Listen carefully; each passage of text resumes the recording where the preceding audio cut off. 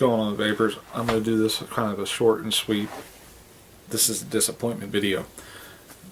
This is a Helios Clone. Not the original drip tip, because I can't stand that thing. I still got to find it because I threw it earlier.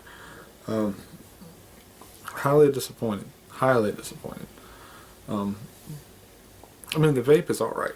I'll give it that. The vape is alright, but then again, that's depending on how well you can build.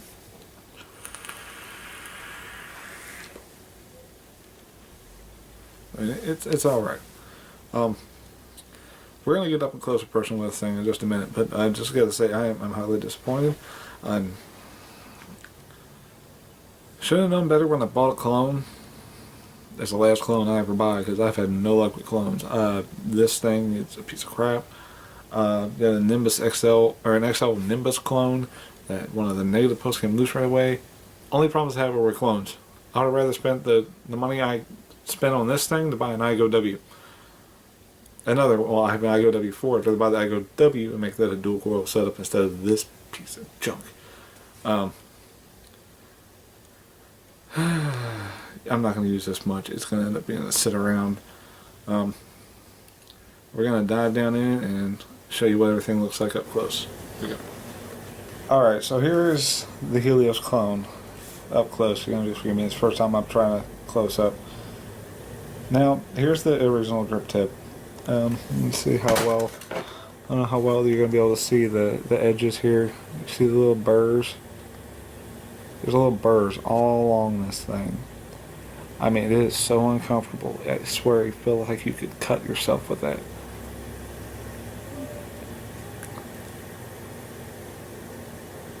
Don't like it. Now, we got the top cap. The top cap feels like it could be steel. I mean, it's got some weight to it. I'm sorry, but the body, it's either really cheap steel or it's aluminum, because it feels, the body feels like aluminum. There's your top cap. And, there's some scuffs and things up on there. That was already on it. That was like that when I got it. Here's your locking ring. Feels like I could crush it easily. It's a nice knurling on it though. I don't know if you noticed, but when it sits on here too with the holes, see how the top's kind of on the holes, but yeah, that's your adjustable airflow. It works as it should, because once you place it there and you tighten that top cap, it won't move. It won't move. You can have one, a partial of one, one and a part, both, whatever. That's that. Now, most RDAs you got to put on something, right, to get it apart, but there's just no grip to these O-rings. I mean, it's easy for me to do that. Just like if you picked it, I picked my mod up one time. I just grabbed it like this, and it came right off. And didn't even pick the mod up. Now, this is your bottom ring, your bottom cap part, whatever you want to call it. How am I going to be able to see this? See the holes in there? They've still got burrs on them. All 4 holes have some burrs on them. If you're cleaning this out, you're going to get rags stuck on it and things like that. There's the threads there. Definitely not buttery smooth. A little bit nicked up. The top, honestly, kind of feels sharp at some spots. Doesn't feel safe. It's real flimsy, and I'm just really, I have a problem believing that this could be stainless steel, and there it goes, because it's so light and flimsy compared to like my XL Nimbus clone. I'll go ahead and I'm going to throw this on something real quick to unscrew it and pop the top. Okay, so here's the XL Nimbus clone cap. See, that's thin too. I mean, it's thinner, but it is more structurally sound. It is solid. It is steel. This does not feel like steel to me. And there were some little burn marks that were kind of in it that make me think it's aluminum. Because I've seen that happen to aluminum pieces. Because I worked in machine shop. I've worked with steel, aluminum, titanium. It had the marks like it would be aluminum. It makes me really think that it's aluminum. Yet the top cap is definitely not aluminum. But then it's actually got some thickness to it. Like the Nimbus tab. And before we get to the deck, we're going to go underneath here.